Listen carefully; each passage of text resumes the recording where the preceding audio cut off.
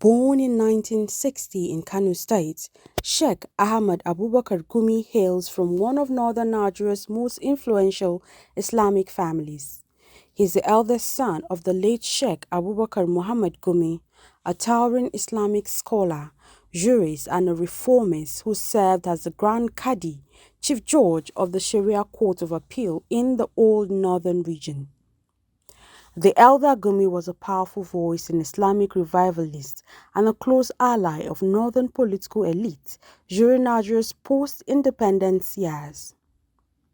Sheikh Abubakar Gumi was known for his conservative preaching and his alliance with Saudi Arabia's Wahhabist clerical establishment. His influence laid much of the groundwork for the spread of Salafist ideology in the northern Nigeria, an influence that would deeply shape his son's theological and political worldview. Ahmad Gumi's path initially led him to medicine. After studying at Ahmadu Bello University Zaria, he joined the Nigerian Defense Academy, where he served as a military medical officer. He later served in the Nigerian Army Medical Corps, rising to the rank of captain before voluntarily retiring. After leaving the army, he moved to Saudi Arabia, where he studied Islamic jurisprudence in Mecca and earned a Doctor of Philosophy in Usul al-Fiqh, Principles of Islamic Jurisprudence. Upon his return to Nigeria, he became a prominent preacher and teacher at Sultan Bello Mosque in Kaduna, where he served as Mufti and Mufassir, a Quranic commentator. From his mosque pulpit and through radio and television programs, Gumi quickly rose to become one of northern Nigeria's most listened to clerics. His rise to prominence was Sheikh Gumi's prominence took a new turn in the mid-2010s as insecurity worsened across Nigeria's northern states. He began to speak frequently about the root causes of banditry, describing the crisis as an outgrowth of marginalization, poverty, and government neglect of rural communities. However, what transformed him from a local preacher into a national controversial figure was his direct engagement with armed bandit groups in Zamfara, Katsina, Kaduna, and Niger states. In 2021, Gumi embarked on what he described as peace missions, meeting face-to-face with bandits in their forest hideout. He presented himself as a mediator between the government and the armed groups, urging dialogue and amnesty rather than military confrontation. His efforts led to the release of several kidnapped victims, including students, but also drew intense backlash for legitimizing criminal groups that have murdered, raped, and abducted hundreds of civilians.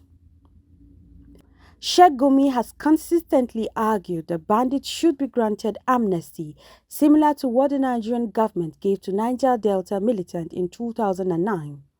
He went further, saying that kidnapping school children is a lesser evil because it leaves room for negotiation, a remark that triggered national outrage.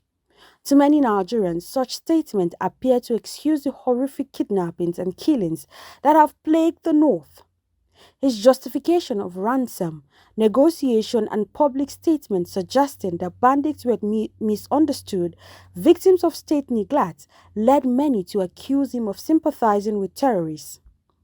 Christian and secular groups have openly condemned him, while even northern elites and Muslim scholars have distanced themselves from his approach. Gumi's most prominent public feud has been with the former Kaduna State Governor, Nasiru El-Rufai. The two men clashed repeatedly over how to address the bandit crisis, while El-Rufai maintained a zero-tolerance policy, insisting that no ransom should ever be paid and that bandits must be confronted militarily. Gumi advocated for dialogue and reintegration. He accused El-Rufai of worsening the crisis through harsh rhetoric and military action, saying the governor's refusal to negotiate led to more bloodshed. El-Rufai in turn described Gumi's action as dangerously naive and said that he was aiding criminality under the guise of peace. Their public disagreement reflected the broader divide within northern Nigeria's elites between those advocating hardline military solutions and those seeking negotiated peace. Although Sheikh Gumi has denied any link to Boko Haram, critics have long viewed his rhetoric with suspicion.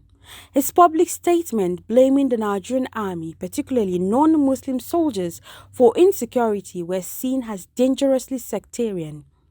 The Christian Association of Nigeria accused him of fueling religious tensions, while the Nigerian army rebuked him for attempting to disparage its integrity. Furthermore, Boko Haram's late leader, Abubakar Sheikh, once released an audio message threatening Gumi, accusing him of betraying Islam by engaging with infidel governments. This threat confirmed that while Gumi was not aligned with Boko Haram, his visibility and outspokenness had made him a target even among extremists.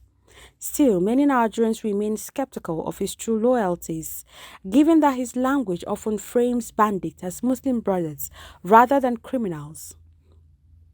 Gumi's intervention have also revealed old fears about forced conversion with the abduction of Christian girls in northern Nigeria, particularly following cases like the Chibok and Dapchik school kidnappings where abducted girls were reportedly forced to convert to Islam.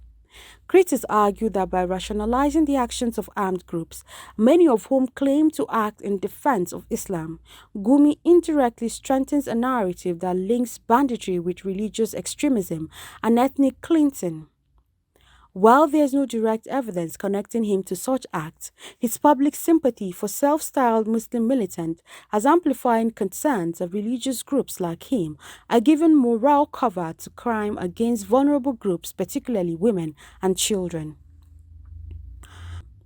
Today, Sheikh Gumi stands as one of the most polarized figures in contemporary Nigeria. To his supporters, he is a peace advocate and mediator seeking to end years of bloodshed through dialogue.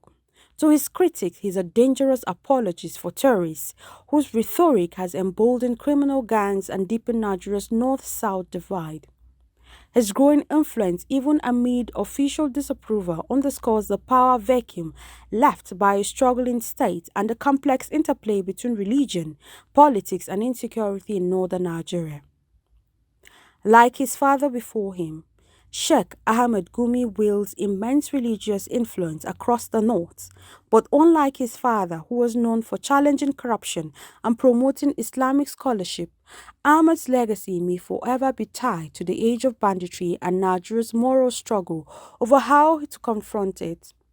Whether history remembers him as a bridge builder or a bandit sympathizer will depend on whether his controversial peace missions ultimately lead to lasting stability or further erode public trust in Nigeria's religious leadership.